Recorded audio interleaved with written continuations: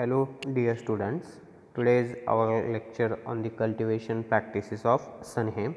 In last lecture we have seen the different cultivation practices of Deccan hemp, it is called as Ambadi. Now see the next lecture on the cultivation practices of sun hemp. Sun hemp, it is a fiber crop. Sun hemp, it is a fiber means these crops are grown for fiber purpose. In Marathi it is called as धाग्याचं पीक म्हणून सन हेम्पला ओळखलं जातं. सन hemp हे as a fibre crop म्हणून घेतलं जातं आणि green मॅन्युरिंग हिरवळीचं खत किंवा हिरवळीचं पीक म्हणूनही हे पीक लावलं जातं. In local name sun hemp it is called as baru. Botanical name of sun hemp is Crotalaria junsica and family is Leguminaceae. The family of sun hemp is Leguminaceae, so it fixes the atmospheric nitrogen into the soil and it is grown as a green manuring crop. And origin of sun hemp is South India. South India is the origin of sun hemp. This is the botanical description of sun hemp crop. Local name is Baru. Then botanical name is Crotalaria junsica, family is Leguminaceae and origin is South India. This is the seed of sun hemp crop. Then see the next point, that is economic uses of sun hemp. Sun hemp is grown as a fiber and green manuring crop. This crop is grown for as a green manuring crop and it is also used as a fiber crop. धाग्याचं पीक धागे तयार करण्यासाठी किंवा कपडे तयार करण्यासाठी या पिकाचा उपयोग केला जातो आणि ग्रीन मॅन्युरिंग क्रॉप म्हणजे हिरवळीचं खत म्हणून हे पीक लावलं जातं. ग्रीन मॅन्युरिंग क्रॉप म्हणजे काय, हे पीक जिथं आपल्याला क्रॉप लावायचे तिथं अगोदर काय केलं जातं, लावलं जातं आणि ॲट फ्लावरिंग स्टेज किंवा पॉड फॉर्मेशन स्टेजला ते जमिनीमध्ये गाडलं जातं.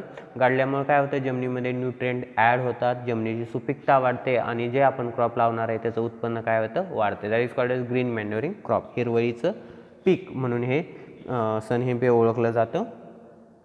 Fibre is use for making ropes, fishing nets and rough cloths. Okay, जे फायबर आहे धागे हे कशासाठी वापरले जातात, it is use for making fishing nets म्हणजे जे मासे पकडण्याची जाळी असते ते तयार करण्यासाठी, रोप तयार करण्यासाठी. ओके, रोप म्हणजे सुतळी वगैरे तयार करण्यासाठी आणि रफ क्लॉथ्स तयार करण्यासाठी याचा उपयोग केला जातो. It is also use for making ताडपत्री तयार करण्यासाठी याचा उपयोग केला जातो.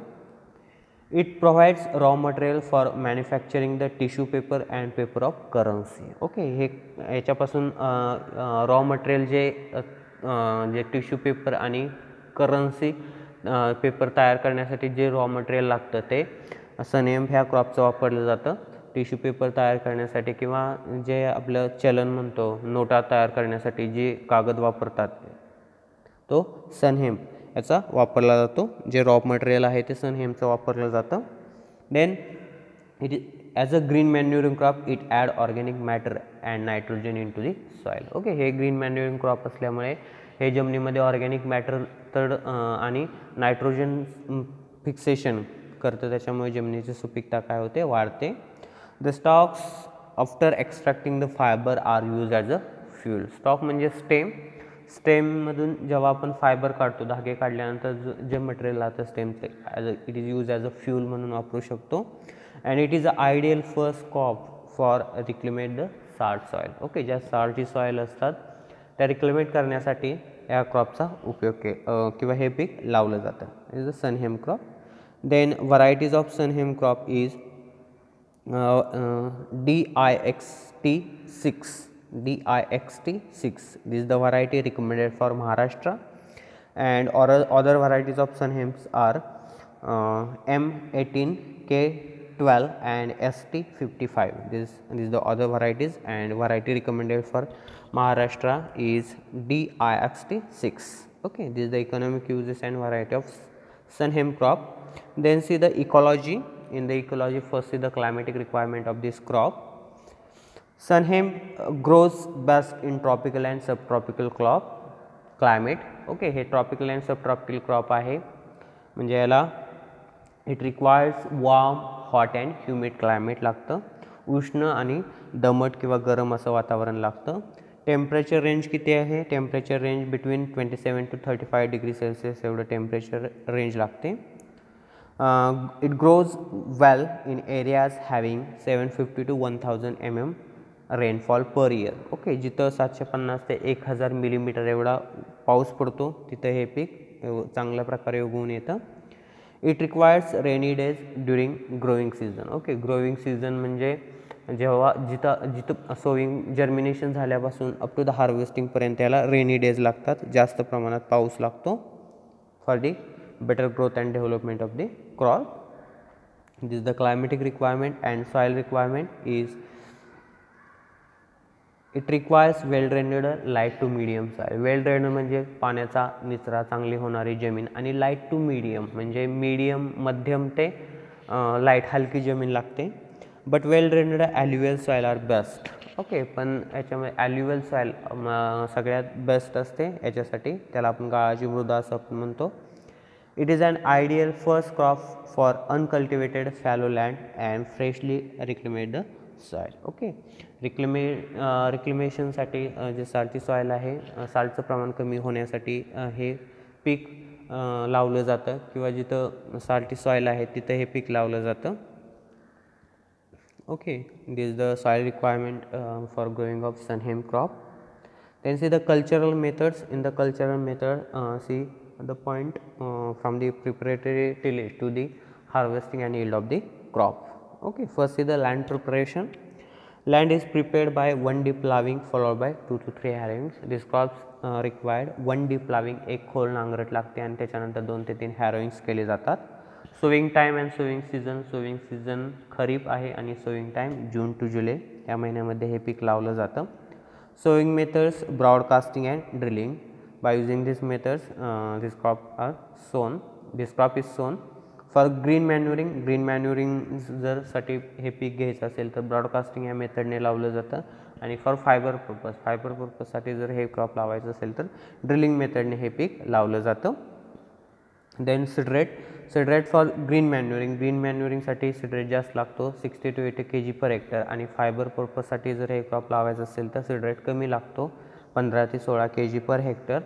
स्पेसिंग किती ठेवलं जातं? ब्रॉडकास्टिंग या मेथडमध्ये स्पेसिंग मेंटेन केलं जात नाही, ड्रिलिंग मेथडमध्ये फक्त स्पेसिंग मेंटेन केलं जातं. आणि किती ठेवलं पाहिजे spacing? 30 into 5 cm, 30 cm between 2 rows and 5 cm between 2 plants. Then manuring and fertilizer application. The sunhemp being a legume crop, nitrogen is not required or nitrogen is not supplied. Sunn hemp हे leguminosae ह्या फॅमिलीतलं पीक आहे आणि हे legume crop आहे, त्याच्यामुळे हे स्वतः nitrogen ॲटमॉस्फिअरमधले nitrogen fix करतं, त्याच्यामुळे या पिकाला नायट्रोजन टाकला जात नाही. Only phosphorus is applied to this crop. 20 kg phosphorus per hectare may be given at the time of सोविंगच्या वेळेस 20 किलो फॉस्फरस काय करायचं या पिकाला टाकायचं. The manuring and fertiliser application. Then intercultivation. The sunhemp crops grows very fast and separate the weed growth, so no need of weeding and hoeings. Okay, हे पीक खूप फास्ट वाढत असल्यामुळे याला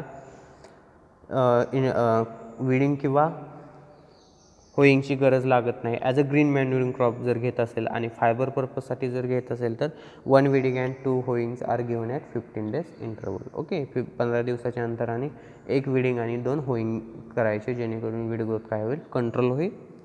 Okay, this is the cultural methods. Then harvesting of sunhemp.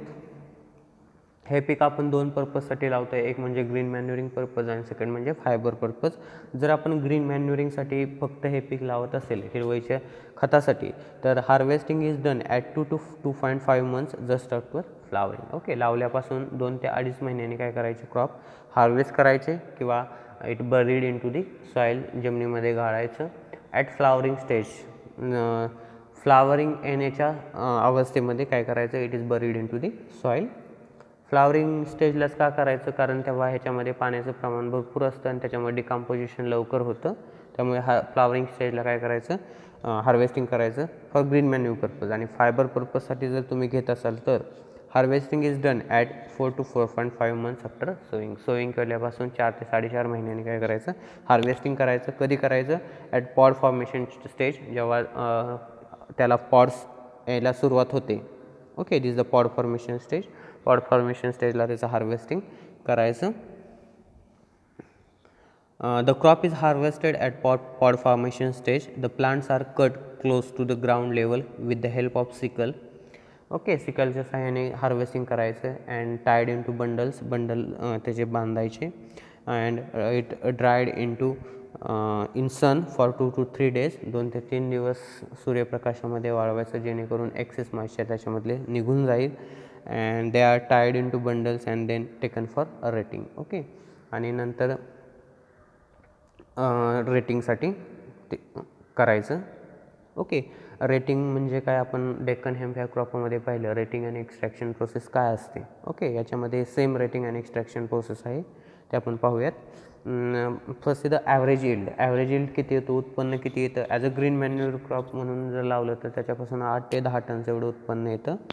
जर फायबरसाठी लावलं तर 4 ते 5 क्विंटल पर हेक्टर एवढं फायबर मिळतं. आणि सीड पर्पज, सीड किती मिळतात, 2 to 2.5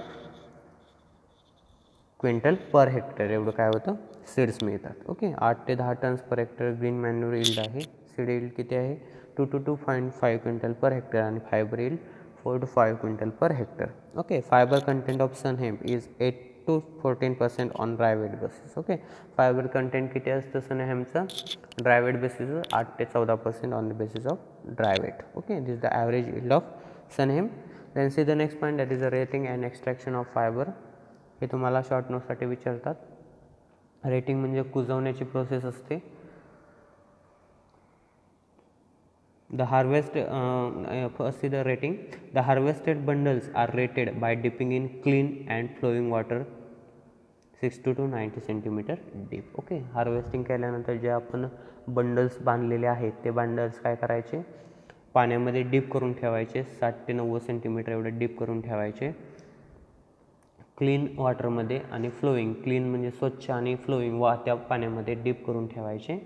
नंतर काय करायचं, time require for retting sun hemp is about 1 week. Okay, they are kept in water for 1 week. ते डीप करून 1 आठवडा तसंच पाण्यामध्ये ठेवायचं. The bundles are removed from water when the bark separate out easily. Okay, bundles कधी करायचे, पाण्यामधून कधी काढायचे, जेव्हा त्याच्यावरची बार्क इझिली काय होईल, रिमूव्ह होईल, तेव्हा ते बंडल्स पाण्यामधून काढायचे. Harvesting at improper stage affects the quality of fibre. Okay, जर आपण हार्वेस्टिंग इम्प्रॉपर स्टेजला केलं, म्हणजे जेव्हा पॉड फॉर्मेशन स्टेजच्या बी नंतर जर हार्वेस्टिंग केलं तर it affect the quality of fibre. Fibre quality affect होते. किंवा ओव्हर रेटिंग, जास्त दिवस पाण्यामध्ये तर ठेवलं तर त्याच्यामुळे ही क्वालिटी काय होते, खराब होते फायबरची.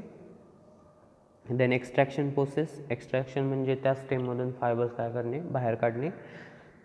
Extraction, the fibre is extracted by beat and jerk method. Beat and jerk method म्हणजे बीट म्हणजे बडवणे आणि जर्क म्हणजे रिमूव्ह करणे. बीट अँड जर्क मेथडने काय केलं जातं, फायबर काढलं जातं.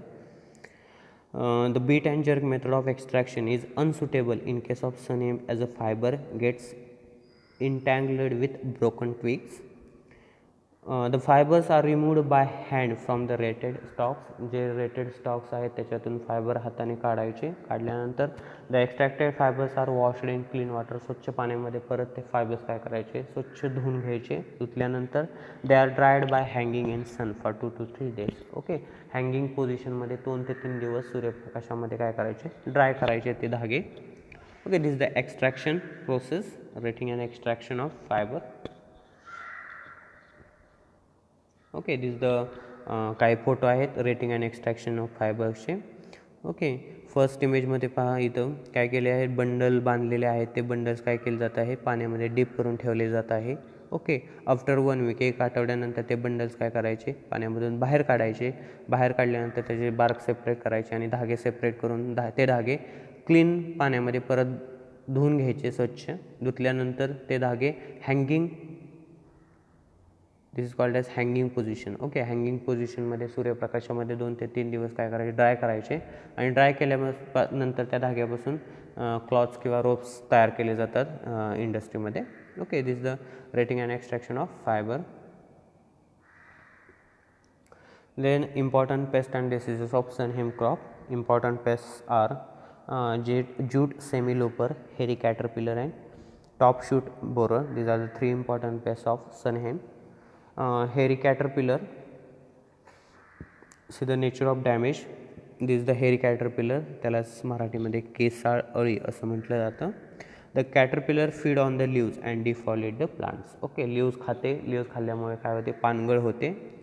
कंट्रोल मेजर काय आहे, स्प्रेइंग ऑफ 0.04% पॅराथॉन स्प्रे करायचं किंवा लिंडेन पावडर डस्ट करायची 1.3% at the rate 20 kg per hectare. Okay, then top shoot borer.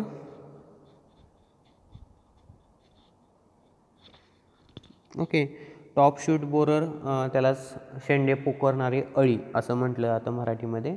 ही काय करते, नेचर ऑफ डॅमेज काय आहे, larva bores into the growing tips due to which drying of tips take place. Okay, larva कुठं attack करते, growing tips म्हणजे जो शेंडा आहे तिथं अटॅक करते. शेंडामध्ये अटॅक करून जो बोर करून त्याच्यामधील इनर कंटेंट खाते. इनर कंटेंट खाल्ल्यामुळे ते शेंडे काय होतात, ड्राय होतात. ते कंट्रोल करण्यासाठी स्प्रेइंग ऑफ 0.04% डायझिऑन्स काय करायचं, स्प्रे करायचं. देन ज्यूट सेमिल्युपर, त्याला मराठीमध्ये उंटअळी असं म्हटलं जातं, ज्यूट सेमिल्युपरला. ही अळी काय करते, the larva feed on the leaves of top shoots and check the growth of the plants. Leaves खातात. कंट्रोल मेजर काय आहे, shake off the larva in water containing kerosene. Okay, larva collect करायचे आणि kerosene जे आहे त्याच्यामध्ये deep करून ठेवायचे किंवा dusting of lindane powder 1.3% at the rate 20 kg per hectare. Okay, this is the control measure of jute semilooper. And important diseases of sunhemp are wilt, rust, mosaic and powdery mildew. Okay, wilt त्यालाच मराठीमध्ये काय म्हणतात, मर रोग असं म्हटलं जातं. Okay, this the symptoms of wilt disease. Symptom काय, leaves turn yellow and dry, the root and stem tissue turn black. Okay, leaves आणि जे लिव्ज असतात ज्या प्लांटवरती विल्ट अटॅक झालेले आहे त्याचे लिव्ज काय असे होतात, येलो किंवा येलो होऊन ड्राय होतात. आणि रूट आणि स्टेम काय होतं, ब्लॅक कलरचं होतं, कुजल्यासारखं होतं. Okay, this the symptoms of wilt disease. आणि कंट्रोल मेजर काय आहे, remove and burn the affected plant. Affected plant remove करायचे किंवा कट करायचे आणि बर्न करून टाकायचे किंवा seed treatment with thiram at the rate 3 grams per kg of the seeds किंवा गो डिसीज रेजिस्टंट व्हरायटीज लावायच्या. Okay, then rust disease. This the symptoms of rust disease. रस्टमध्ये काय होतं, त्याला तांबेरा असं मराठीमध्ये म्हणतात. येलोइश किंवा brown pustules appear on all above ground parts. Okay, yellowish कलरचे, इमेजमध्ये पहा, येलोइश कलरचे किंवा ब्राउनिश कलरचे स्पॉट्स, लहान लहान पिस्च्युल्स किंवा स्पॉट्स पूर्ण प्लांटवरती आपल्याला दिसतात. This is the symptoms of rust disease. Control measure, remove and burn the affected plants. Seed treatment with thiram at the rate 3 grams per kg of the seeds and grow disease resistant varieties. Okay, then third disease, that is a mosaic. Okay, this is the symptoms of mosaic disease. Mosaic, this is the virus disease. And next disease is the powdery mildew. This is the powdery mildew disease. त्याला पांढरी बुरशी असे म्हटलं जातं. White symptoms are white powdery patches appears under the surface of the leaves. Okay, white कलरची fungal growth, बुरशीची growth झालेली आपल्याला पानावरती दिसते. This the symptoms of powdery mildew. For controlling this disease, seeds are treated with 300 fine mesh sulphur powder at the rate 15 kg per hectare. Okay, sulphur पावडरची treatment करायची 15 kg per hectare for controlling the powdery mildew disease. Okay, this are the important diseases of sunhemp. Wilt, rust, mosaic and powdery mildew.